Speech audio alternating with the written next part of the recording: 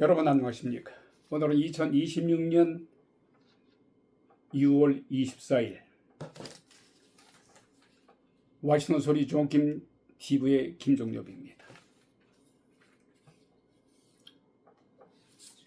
와싱턴 소리는 시사 프로그램으로서 잘못된 길을 바로잡기 위한 여러분들 위한 방송입니다.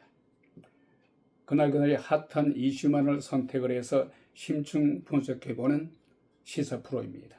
많은 애청 있으시기 바랍니다. 잠시 후에 멕시코의 몬테나 스타디움에서 홍명보 감독이 지휘하는 우리 대한민국이 아프리카 징크스를 깨고서 2026년 북중미 월드컵에서 조 2위를 결정짓는 32강에 진출을 하느냐 결정전을 갖게 됩니다. 홍명보 감독이 지휘하는 한국 대표팀은 바로 멕시코의 루에보레온주의 과달루페 몬토레이 스타디움에서 남아공을 상대로 해서 마지막 3차전을 가게 된 겁니다. 우리 대한민국은 1차전에서 체코의 이달리 역전승을 거뒀습니다만 2차전에서 멕시코에게 어이없는 골키퍼 실수로 1대0으로 패해서 거의 32강을 확보했던 지점에서 바로 절대절명의 만일에 패하기라도 한다면 탈락 위기에 놓였습니다.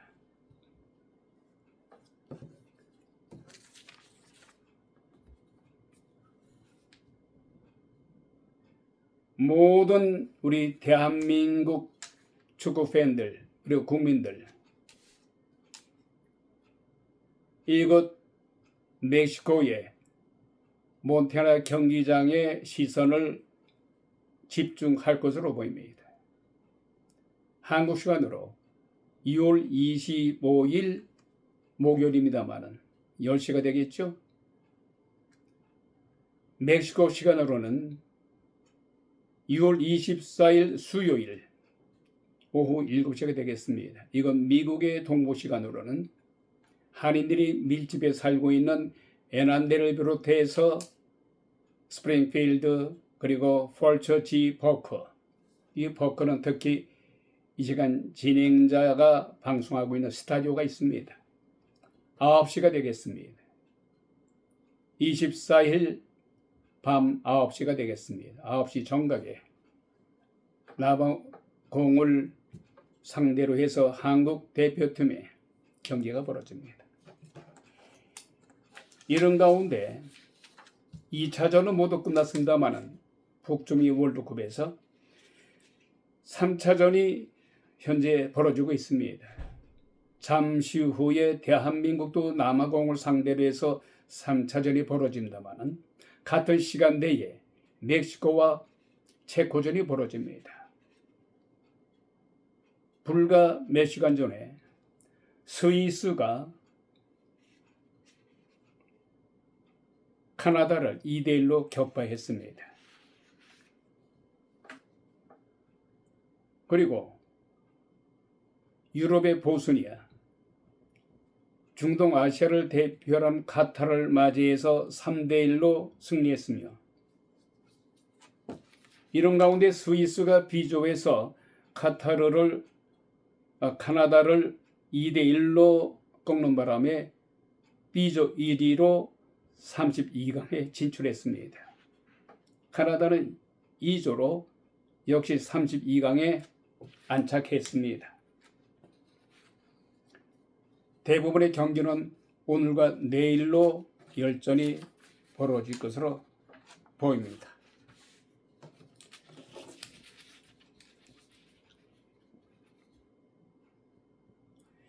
이스라엘 국민들은 90%가 이번에 이란과의 전쟁에서 미국의 승리라고 보지 않는 것 같습니다. 이스라엘 국민들의 90%는 이란이 승리했다. 왜냐하면 트럼프 대통령이 일방적으로 너무 양보를 많이 했다. 이런 거예요.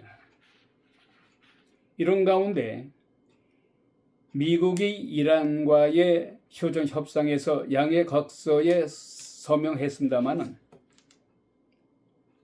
아직까지도 깨끗하게 완전한 것 같지 않습니다.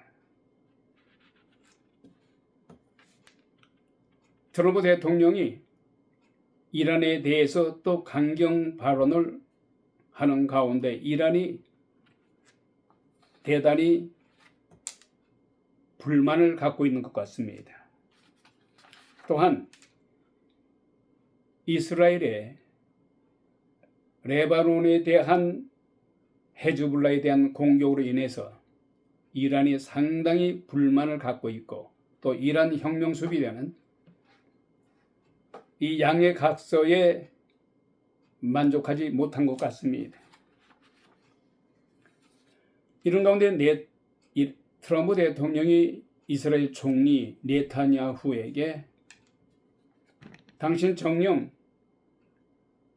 총리직을 계속 하고 싶으냐 이렇게 경고성 발언을 했습니다. 트럼프는 네타냐후 총리와 대단히 친합니다마는 트럼프가 이란과의 협상 과정에서 레바논을 더 이상 공격하지 말라 하는데도 불구하고 헤즈볼라를 계속 공격하다 보니까 이란의 강경파로부터 계속 불만이 터져나오고 있는 거예요. 레바논을 이스라엘이 공격하게 되면 양의 각서고 MOU고 종이 쪽지가 될 것이다. 이렇게 이란이 경고를 하니까 트럼프도 또 화가 났죠. 트럼프 대통령은 겉으로는 이스라엘 총리를 경고합니다마는 사실상 속내를 들여다보면은 이스라엘과의 관계를 악화시킬 이유가 없는 거지요. 이런 가운데 트럼프 대통령이 이란에 대해서 이스라엘의 레바논 헤즈볼라를 공격하는 것은 이란의 너희들 때문이야. 이렇게 얘기를 하고 있어요. 이처럼 트럼프 대통령의 강경 발언 위협에 미국과 이란의 협상이 파행될 조짐으로 보이고 있습니다. 이란 측이 협상하는 가운데 퇴장을 해버렸어요. 이런 가운데 스위스에 자리 잡고 있는 루체론에서 개최를 다시 합니다. 벤스 미 부통령이 참석한 가운데 말이죠. 말하자면은 사자회담 형식의 협상 80분 만에 갑자기 종료가 됐어요. 80분 만에. 이란 측에 의해서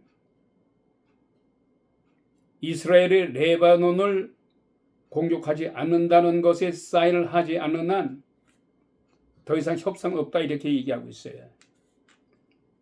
미국과 이란이 지난 21일 스위스 루체론에서 실무회담 테이블에 마주 앉았습니다만 미국과 이란 종전 양의 각서 발효 이틀 만에 이란과 미국이 양의 각서에 서명한 지 이틀밖에 안 됐습니다만 이란이 호르무즈 해협을 재차 봉쇄하겠다고 나서자 분위기가 갑자기 급냉해졌어요. 이런 가운데 양국의 협상, 트럼프 대통령의 특사인 벤스 부통령, 그리고 이란 대표가 직접 스위스로 향하면서 대화 의지는 보여주고 있습니다. 자, 이런 가운데 트럼프 대통령은 레바논 문제의 책임은 전적으로 이란이 있다. 트럼프 대통령은 회담이 진행되고 있는 시간에 트루스 소셜에 다음 같은 글을 올렸습니다. 이란은 즉시 고액 지원을 받는 레바논의 대리 세력이 문제를 일으키고 있는 것을 막아야 된다면서 말하자면은 헤즈볼라가 말썽을 일으키는 것에 대해서 압력을 가지 않으면 이스라엘이 계속해서 공격할 것이야. 그러니 이란 너희들이 헤즈볼라에 대해서 압력을 가해라. 우리 모든 원인은 너희들이 있어. 이루고 있는 거예요. 이란은 이에 대해서 이스라엘 문제 해결이 협상의 우선 과제라는 입장을 강조하고 있습니다.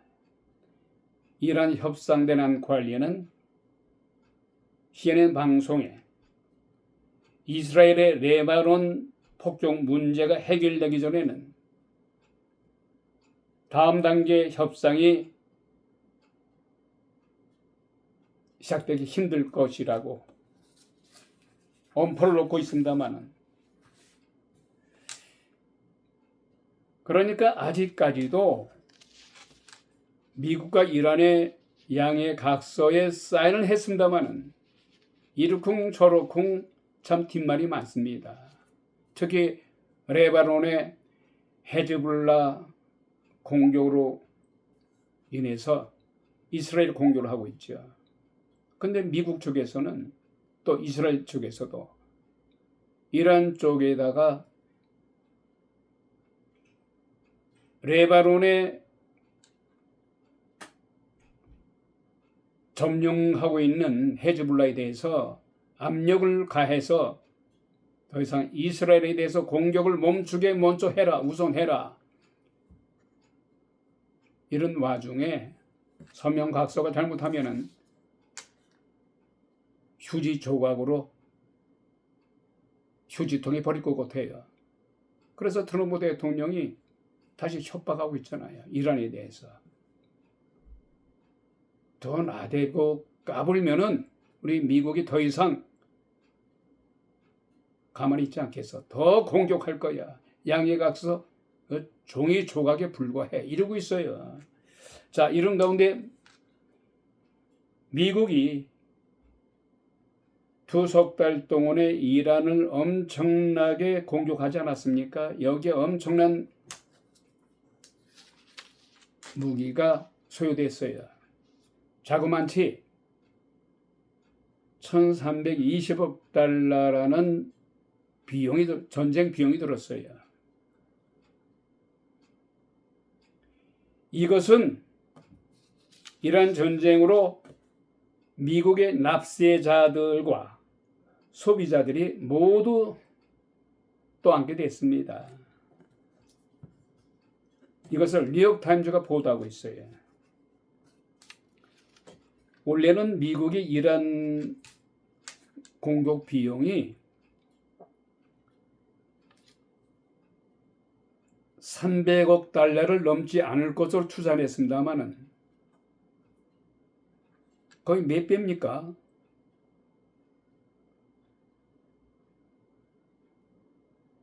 290억 달러.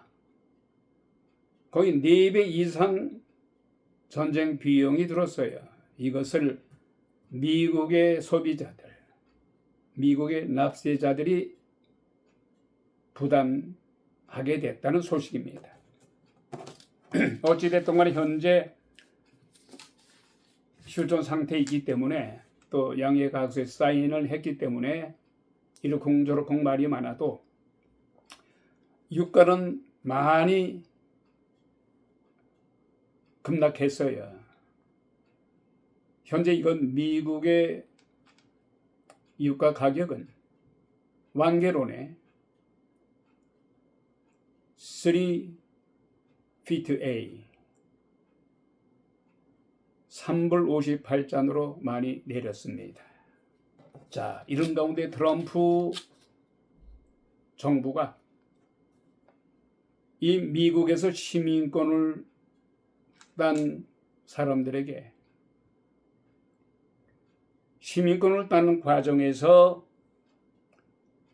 드렁크로 걸렸다든가 마약 사범으로 걸렸다든가 인터뷰에서 속임수를 써서 무난히 인터뷰에서 통과했습니다마는 뒤늦게 이거 발각이 돼서 발각되는 대로 추적을 해서 시민권을 박탈하겠다고 합니다. 한편 시민권 취소는 트럼프 대통령 마음대로 행정력을 발휘해서 될 수 있는 문제가 아니에요.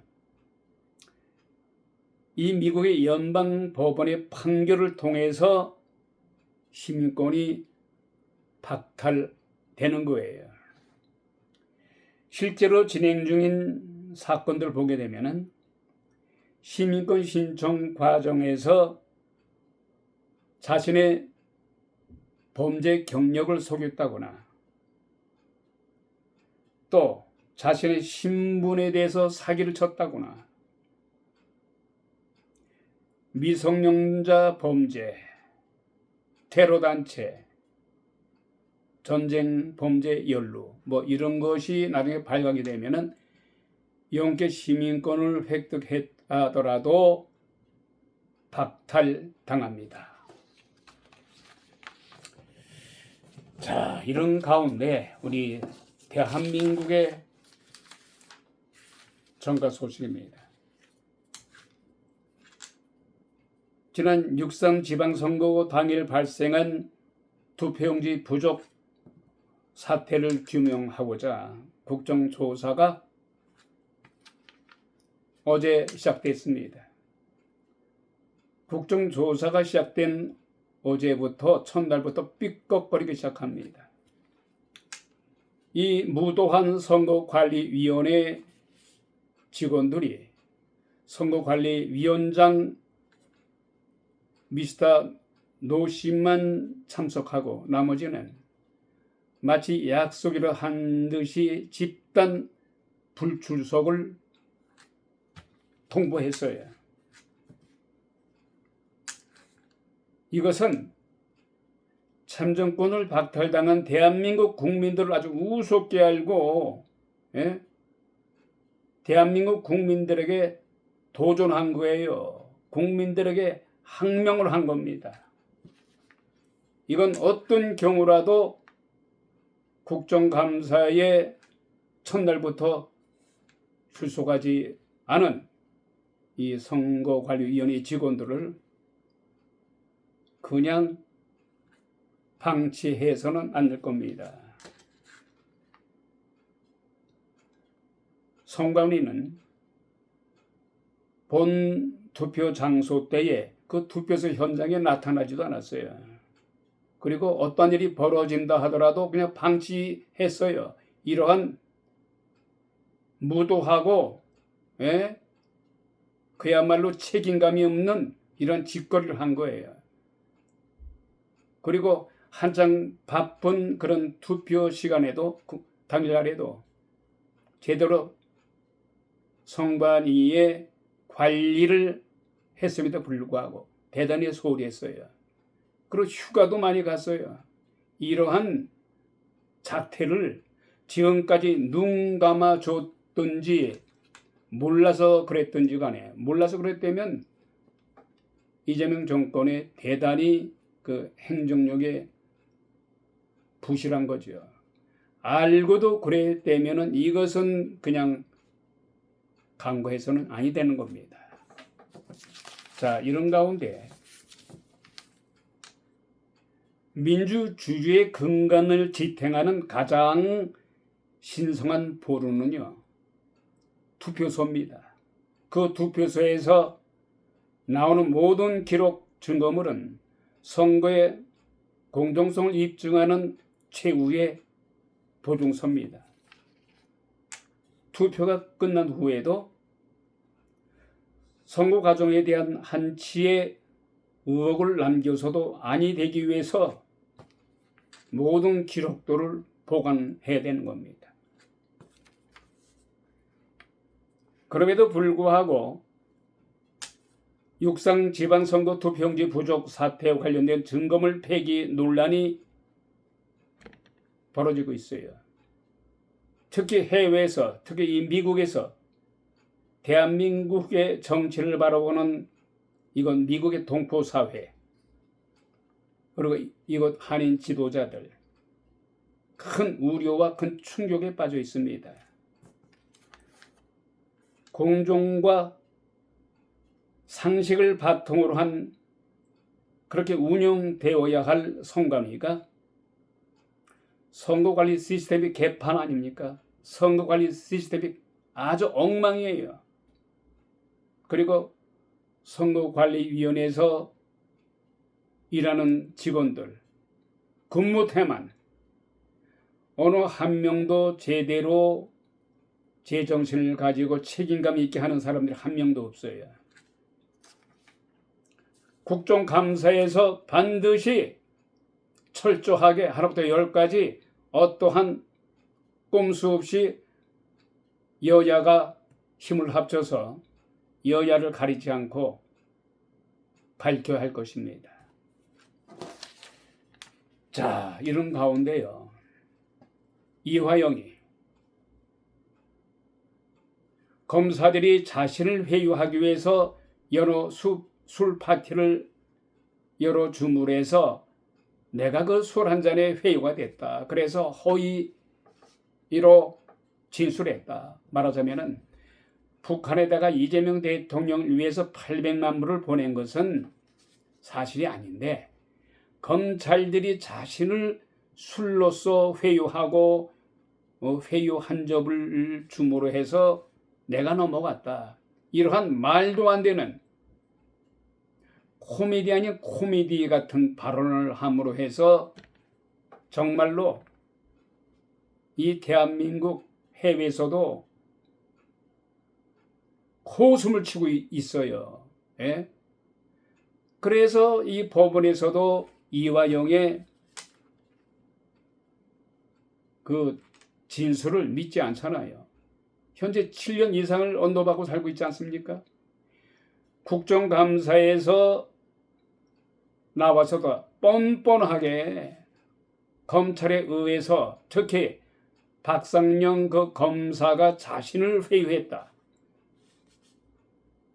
연유를 사들이고 소주를 사서 자기를 회유했기 때문에 술 한 잔에 내가 넘어갔다. 이화영이가 누굽니까? 이 사람 국회의원 출신이에요. 또 경기도 부지사까지 했던 사람인데, 아니 바보가 아니고 정신줄을 놓지 않은 이상 술 한 잔에 허위 진술을 합니까? 대한민국 헌정사상 어느 정치인 출신이 술 한 잔에 검찰에 의해서 회유해서 허위 진술했다. 이런 일은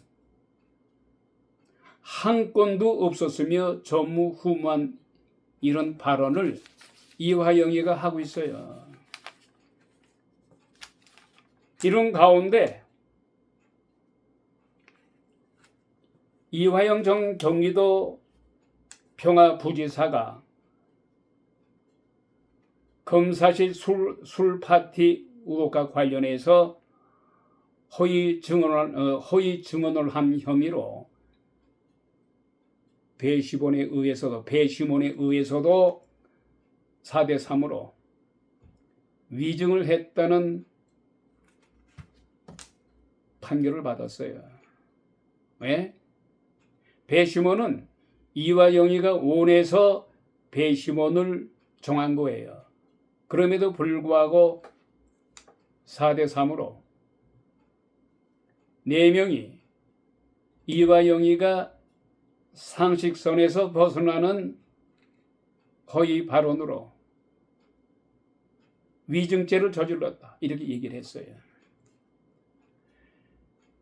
말이 나왔습니다마는 이 배심원이라는 것은요, 이 국민들이 법에 대해서 뭐 압니까?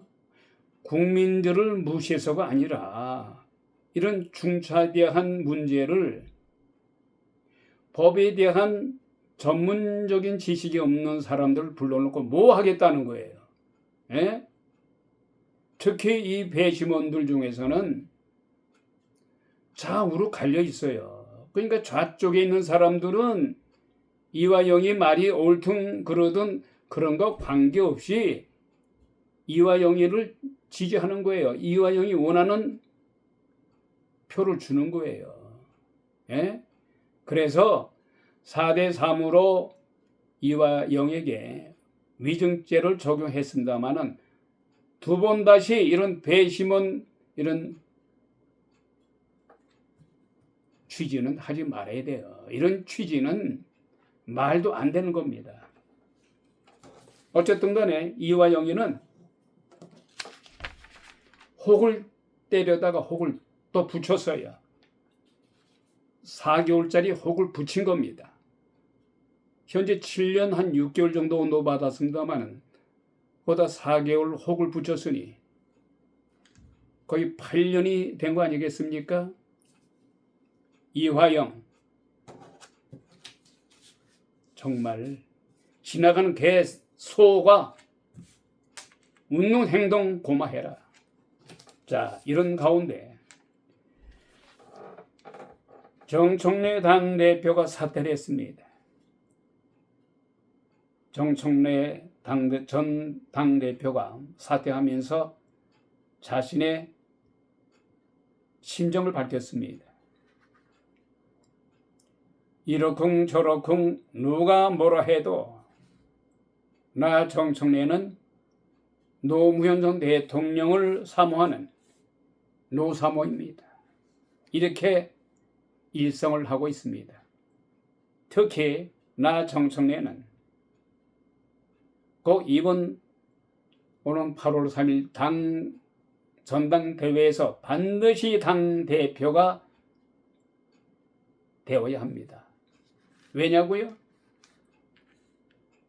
본인이 당대표가 되어야 이재명 대통령 앞으로 남은 임기를 보장하는데 결정적으로 내가 필요합니다.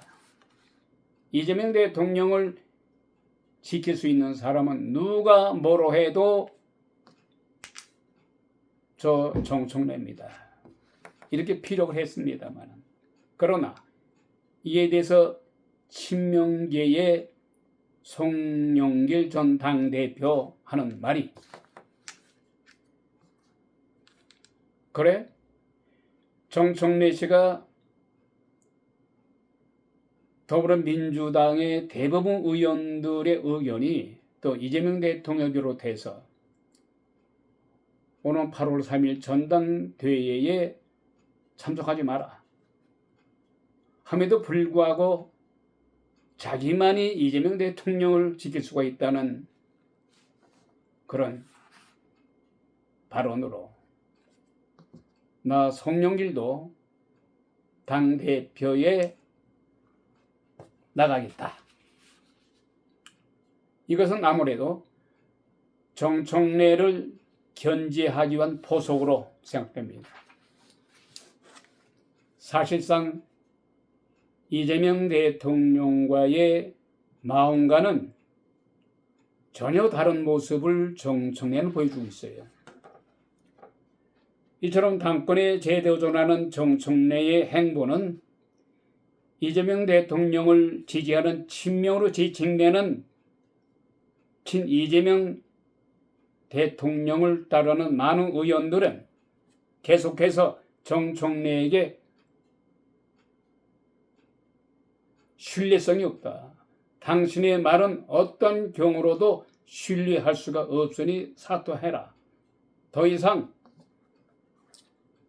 오는 8월 3일 당대표 선거에 나오지 마라. 이러고 있어요. 이처럼 친명 쪽에서는 정청래의 발언과 모든 행동 거지가 진실성이 없다. 신뢰할 수 없다고 당대표에 나오지 말라 그런 거 있어요. 사실 그동안의 정청래의 행보를 살펴보게 되면은 지난 6.3 지방선거의 패배라고 인식하고 있는 이재명 대통령 그리고 친명들은 서울시장 선거의 패배 그리고 김부겸 전 국무총리의 패배는 사실상 양쪽에선 우리 더불어민주당이 승리했을 줄 모르나 질적으로 우리가 패배한 거다. 야당이 승리한 거다. 그 책임은 전적으로 더불어민주당의 당대표인 정청래가 책임을 지고 물러가야 한다. 이렇게 주장하고 있어요. 그러나 정청래는 반론을 핍니다. 아니, 내가 책임이 있다고? 서울시장 대구 달성의 김부겸 씨의 패배 말고는 모든 지방선거, 시장선거, 도지사에서 우리가 승리하지 않았느냐. 근데 나보고 패배한 책임을 지라고? 이러면서 당청 간에 서로 책임 전가를 하고 있어요. 어찌되었든 간에 당의 책임이 있던 이재명 대통령의 책임이 있든 간에 또한 이재명 대통령의 정책이나 공소 취소를 강행하려는 이재명 대통령 때문에 기행한 것인지를 놓고서 당과 청와대의 삿바싸움이 연일 벌어지고 있습니다. 말하자면은 이재명 대통령을 지지하는 친명 세력 그리고 정청래를 지지하는 정청 세력 간의 삿바싸움이 연일 벌어지고 있습니다.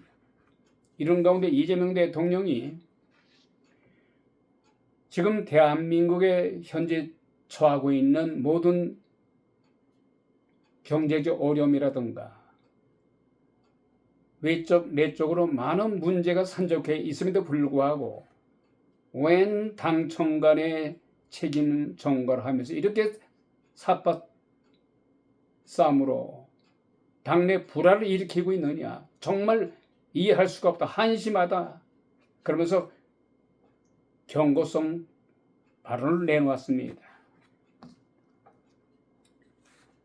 이것은 정청래 전 당대표를 향해서 강경한 발언이에요. 정청래가 뭐라고 그랬습니까?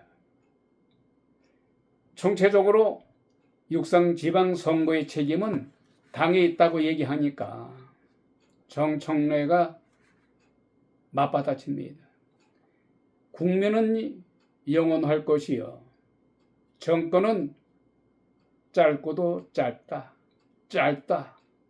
이러면서 이재명 대통령에게 도전한 것이에요.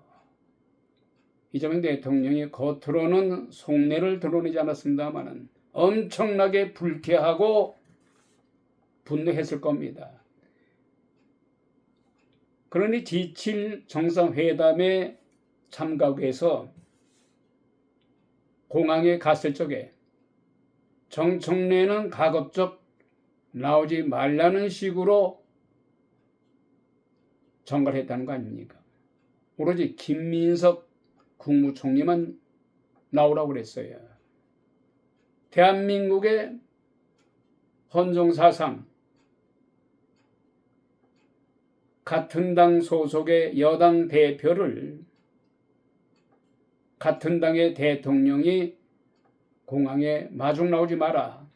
일찍이 이런 일은 없었어요. 이처럼 이재명 대통령은 엄청나게 불쾌한 것이죠. 예? 그리고 이재명 대통령은 차후에 대통령직에서 물러나든 임기를 마치고 물러나든 간에 사법 리스크 12가지 중에 8가지의 혐의를 받고 있잖아요. 그래서 어떻게 하든지 임기 내에 공소 취소를 감행하려고 노력하고 있습니다마는 그러기 위해서는 자신을 무조건적으로 따르는 김민석이나 그 밖에 친명 세력 중에 당대표가 나와야 안전벨트를 매는 것과 똑같은 효과라고 생각하는 거예요. 정청래는 한 1년 전인가요? 어느 인터뷰에서 방송국 인터뷰에서 자신은 이재명 씨가 정말 싫다고 토로한 적이 있어요. 그게 방송에 나와서 다 전파를 통해서 국민들 다 알아요. 그 이재명 대통령은 그걸 못 들었습니까? 들었겠죠. 노골적으로 나는 이재명 씨를 너무 싫어해요. 그게 전파를 타고 방송을 탔어요. 그렇게 정청래는 이재명 대통령을 좋아하지 않았어요. 그러나 현재 대통령이잖아요. 권력 2년 차에 접어도 막강한 권력을 쥐고 있는 대통령에게 정권은 짧다. 정권은 짧고도 짧고 국민은 영원하다. 이런 발언은 이재명 대통령 쪽에서는 아주 무모하고 오만불손하고 용서할 수 없는 발언이죠. 어찌됐든 간에 G7 정상회담에서 돌아온 후에 이재명 대통령이 강경한 발언을 하면서 경고를 내리지 않았습니까? 그런 가운데도 귀국할 때는 정청래를 초대했어요. 정청래 감지덕지해서 공항에 나가서 이재명 대통령을 마중한 자리에서 허리를 반을 굽힐 정도로 90도 각도로 인사를 하는 모습이 대한민국 시청자들 다 봤을 겁니다. 그러나 이미 엎어진 물 같아요. 돌아올 수 없는 강을 건넌 것 같습니다. 이재명 대통령과 정청래 간에는. 그렇게 90도 각도로 허리를 굽혀가면서 비굴할 정도로 인사할 정도 같으면 왜 있을 때 잘해야지. 서슬이 시퍼렇게 아직도 1년 잠깐 넘은 막강한 권력을 쥐고 있는 대통령에게 들이대요? 도전해요? 정권을 짭다? 정권은 짤 것이야. 그러한 도전적인 말이 어디 있습니까? 그건 이재명 대통령이 아니라 할지라도 그건 대단히 분노할 수밖에 없는 건 발언이에요. 이처럼 이재명 대통령과 친명으로부터 이미 낙인 찍힌 정청래 씨는 있을 때 잘했어야지. 기고만장하고 이 정청래 발언 수위도 가만히 보면요. 자신의 감정대로 막말로 막 나대요. 결국 2년째에 접어든 강력한 권력을 쥐고 있는 이재명 대통령을 향해서 짧고 짧은 정권이다. 짧은 정권이다. 이 말을 하다가 지 말에 책임도 지지 못하고 꽁지를 내리고 있잖아요. 이제는 매사에 정청래의 그 발언을 살펴보게 되면은 여야를 가리지 않고 어떤 상권 분립을 훼손했던 발언도 많아요.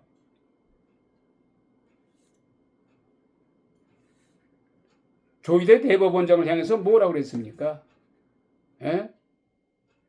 대법원장님 해도 모자랄 판에 조희대 이름 석자를 함부로 불러대요. 조이대는 물러가라. 내란죄에 가담했을 것이야. 조이대도 내란죄에 이윤석열과 한 통속이다. 물러나라. 확실한 증거도 없이 조이대 대법원장을 향해서 조이대 이름 석자만 외친 인물이에요. 이 정청래 씨는 운동권 출신으로서 아주 너무 강경한 친구죠. 지난 1987년도 어떠한 일이 벌어졌습니까? 미 대사관 관저에 사적 폭탄을 투하해서 감옥 2년까지 갔던 인물이에요. 이런 자가 현재 당 대표로 있는 겁니다.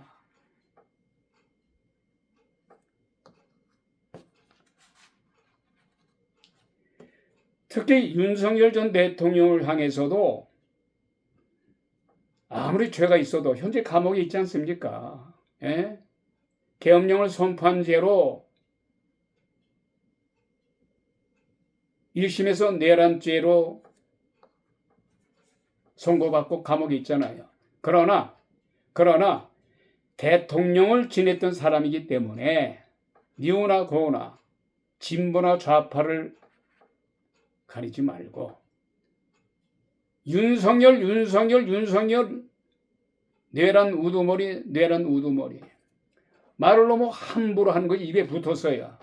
그래 이런 사람이 이재명 대통령과 완전히 틀어지면은 이재명 대통령한테도 대통령자 붙이겠습니까?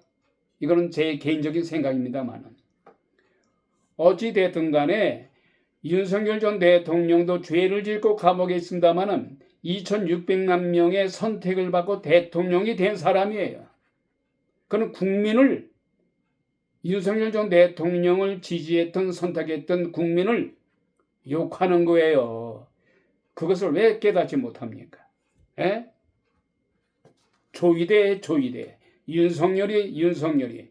윤석열 조이대가 당신 친구인가? 당신 친구냐고? 에? 미우나 고나 전직 대통령에 대한 존칭, 대법원장에 대한 존칭을 반드시 하는 것이 정청래 인격적인 문제예요. 그뿐입니까? 야당에 대해서는 내란당인 국민의힘과는 결코 어떠한 협상도 하지 않겠다는 그런 과거의 발언을 보게 되면은 그야말로 자유민주주의를 수호하는 민주주의 국가의 여당 대표로서의 품위, 저기 면에서 결코 있을 수 없는 망언을 많이 서슴지 않았어요. 급기야는 아까도 말씀드렸습니다마는 자신이 속한 이재명 대통령에까지 정권은 짧고 국민은 영원하다. 이같이 무엄한 발언이 어디 있습니까? 에? 이재명 대통령이 현재 4년 임기 정도 됐다거나 램독 현상에 빠졌어도 정권은 짧다던 이런 망언을 해서는 아니 되죠.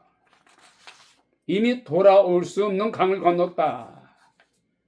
그래서 옛말에 삼치에 세치에 짧은 혀 가지고 함부로 그렇게 말을 하지 말아라. 그런 말을 새겨될 것 같습니다. 결론적으로 정청래의 일거수 일투족의 모든 행동거지나 수위 높은 망언 아닌 망언으로 급기야 자신의 주군인 이재명 대통령의 때까지 강도 높은 오만방자한 발언은 친명계를 비롯해서 이 대통령과 돌아올 수 없는 강을 건넜다는 것이 정가들의 특히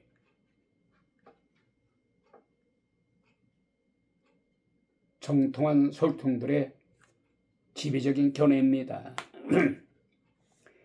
이처럼 자신에게 논란이 커지자 90도 각도로 허리 굽혀 인사했잖아요. 이미 늦었어요. Too late.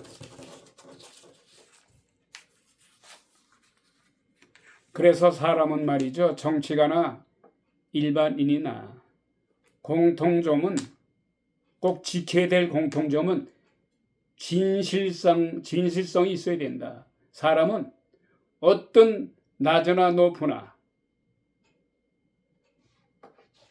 진실성이 없는 사람들은 어디 가서나 신뢰받지 못한다. 믿음을 주지 못하잖아요. 이런 가운데 이재명 대통령의 국정정책에 대한 지지도가 6월 20일 현재 어제입니다. ARS 인기도 조사에서 마침내 부정평가가 50%를 넘었어요. 70%의 고강도 지지세를 얻은 때가 바로 지방선거 바로 3주 전이에요. 3주 전만 하더라도 이재명 대통령의 국민들의 지지도가 진보를 비롯해서 우파까지도 이재명 대통령을 지지했어요. 그런데 마침내 부정평가가 50%로 넘어서면서 이재명 대통령 취임 이래 가장 많이 급락했어요. 이것은 6.3의 지방선거 영향 그리고 당청 간의 균열의 파열음이 기인한 것 같습니다. 그리고 지방선거 이전에 이재명 대통령이 자신의 사법 리스크의 공소 취소를 강행하겠다는 의지를 내비쳤어요. 이것이 또한 대한민국 국민들의 정서에 반한 것이죠. 그동안 이재명 대통령의 2년째에 접어들면서 행해졌던 모든 정책들을 보게 되면은 좌파들이나 진보 쪽 사람들만을 위한 정책이 있었지 통합을 위한 그런 정책은 뚜렷이 없었던 것 같아요.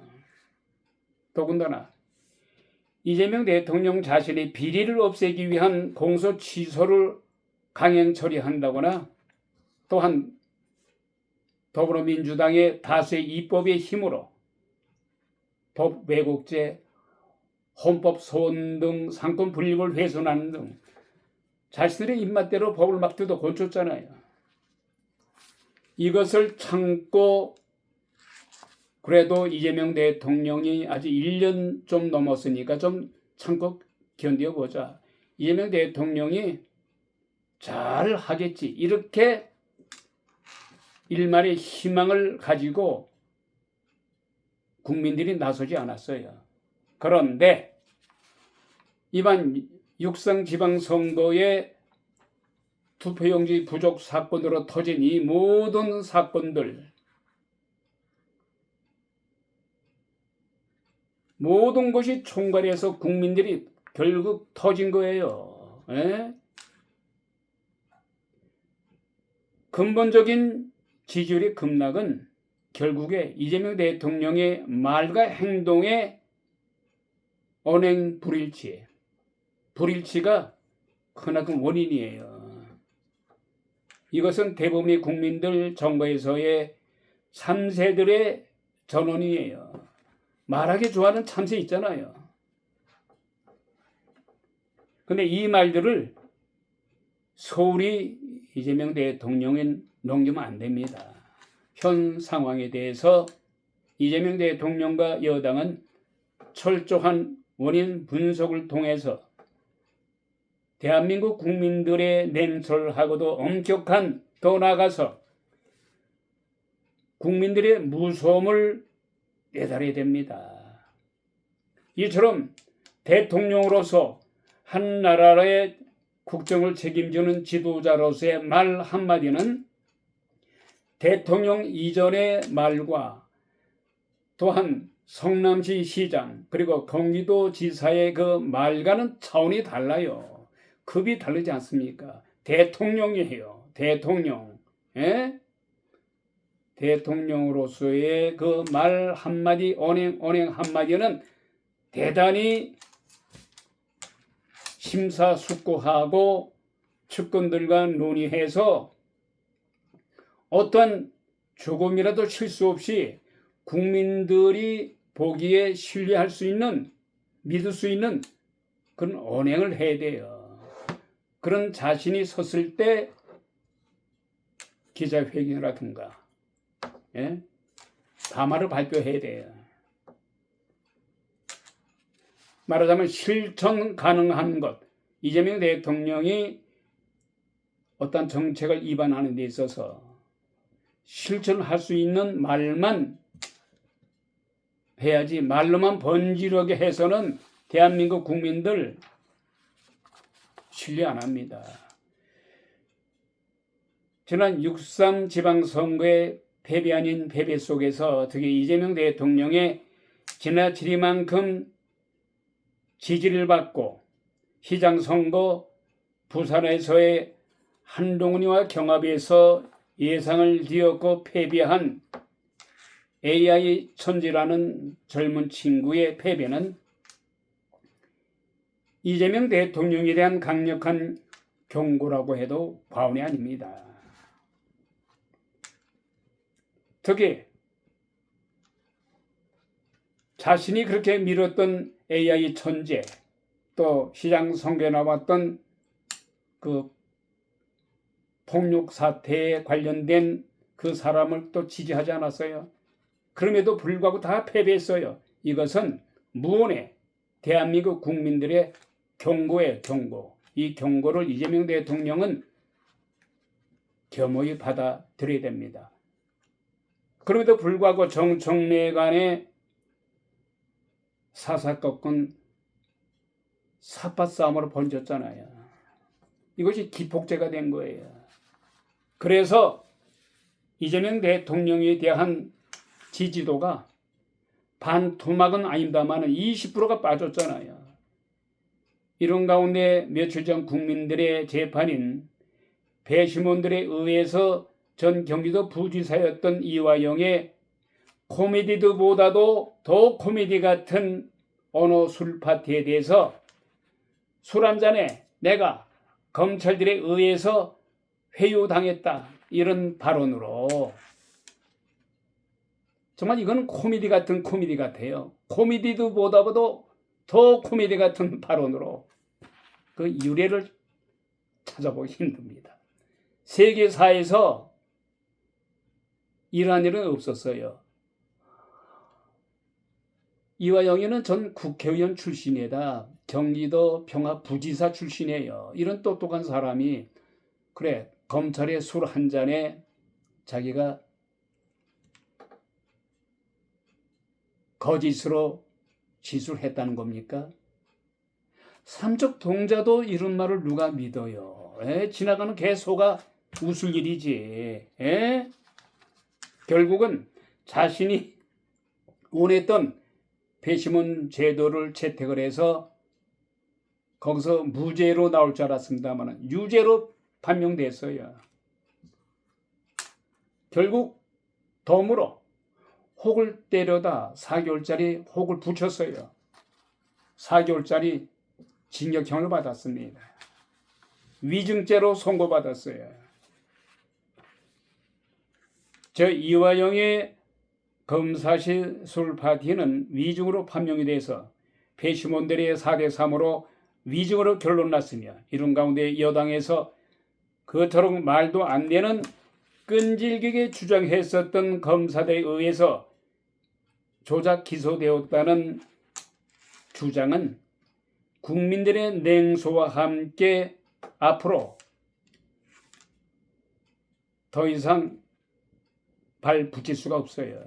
더불어민주당의 검사들의 조작 기소는 더 이상 발 붙일 수가 없게 됐습니다. 더군다나 이화영과의 연관성이 거의 100%에 가까운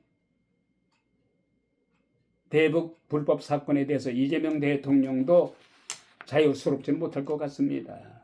대단히 불리하게 작용될 것으로 이재명 대통령에게는 앞으로 아킬레스건이 될 것 같습니다.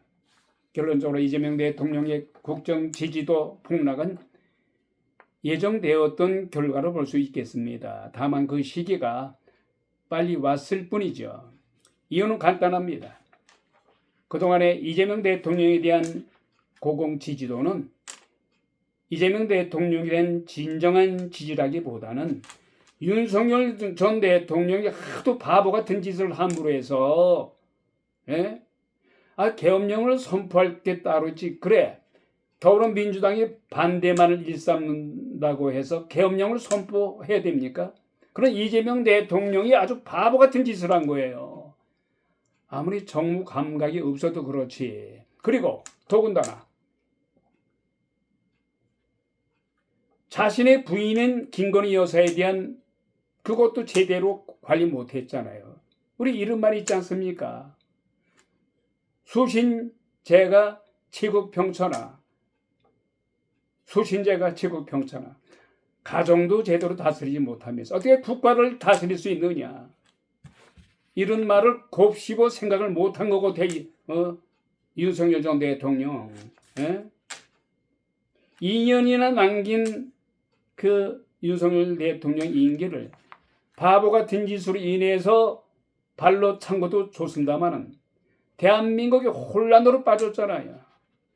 자, 이런 가운데 호박이 너무 굵게 굴러왔어요. 이재명 대통령은 이런 기회를 자신의 사법 리스크가 있든 없든 간에 그걸 공소 취소로 자꾸만 강행하려다 국민에게 결국은 등 돌리게 하지 말고 억울하면은 재심을 청구해서 재판을 정식을 받으면 될 거 아니에요.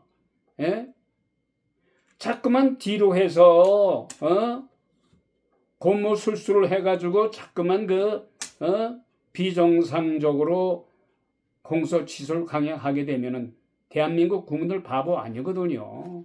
지금이라도 이재명 대통령을 대한민국 국민의 삶을 위해서 열심히 일하되 자신의 비리에 대해서는 정면 돌파해요.